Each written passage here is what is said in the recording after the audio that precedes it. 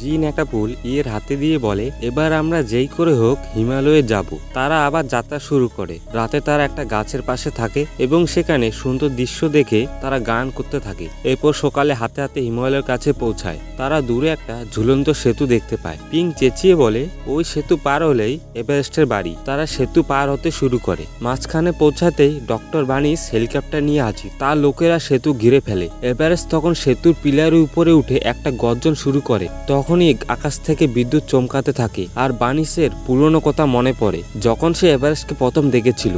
সে বুঝতে পারে এভারেস্ট ভালো হিমমানব। সে চেঁচিয়ে বলে, আমরা ভুল করছি, এভারেস্টকে বন্দি করা ঠিক নয়, তাকে ছেড়ে দাও। কিন্তু ডক্টর যারা তার কথা শোনে না। সে বানিসকে ঠকিয়ে লোকেদের বলে, দ্রুত এভারেস্টকে ধরো। তারা এভারেস্টকে বিষাক্ত সুই দিয়ে বন্দি করে।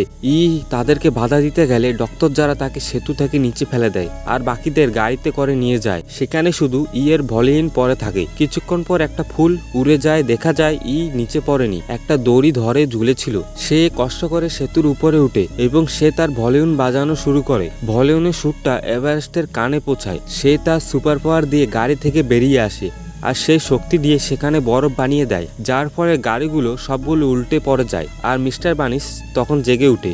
তখন সেখানে চলে আসে, কিন্তু তখনই ডক্টর যারা ইকে মারতে আসে আর গাড়ি দিয়ে বরফের ভিতরে ঢুকিয়ে দেয়, যার ফলে পর্বতটি ভেঙে যায় আর নিচে তাদের গাড়ি শুদ্ধ পড়ে যায়। আর বাকিরা ভাবতে থাকে এভারেস্ট হয়তো নিচে পড়ে গেছে, তাই তারা নিচের দিকে তাকিয়ে থাকে। মজার বিষয়, তখন এভারেস্ট তাদের পিছনে চলে আসে। এটা থেকে সবাই তাকে জড়িয়ে ধরে। মিস্টার বানিস তখন ইকে বলে, তুমি দারুণ কাজ করেছো। এভারেস্টের কথা কাউকে জানানো ঠিক নয়। বলে, আমরা তাকে বাড়ি পৌঁছে দেব। মিস্টার বানিস বলে, এটা তো একদমই সম্ভব নয়। কিন্তু তখন জিন বলে, যখন কোনো কিছু ঠিক করে সে করেই ফেলে। এভারেস্ট তখন তার সুর দিয়ে কিছু মেঘ তৈরি করে। সেই মেঘের উপর দিয়ে জিন আর পেংকে হিমালয়ে চূড়া নিয়ে যায়। সেখানে প্রথমে কাউকে দেখা যায় না। তখন এভারেস্ট একটা সুরে গান করে আর তখনই সেখানে অনেক ইয়েতি চলে আসে। তারা সুর শুনে এসেছিল। এবার সবাই খুশি হয়। এভারেস্টকে বলে, আমি তোমাকে তোমার বাড়ি পৌঁছে দিয়েছি। এভারেস্ট এর হাতে তার পরিবারের একটা ছবি দেয়। তখন খুব খুশি হয়। তারপর তারা সবাই বাড়ি ফিরে আসে।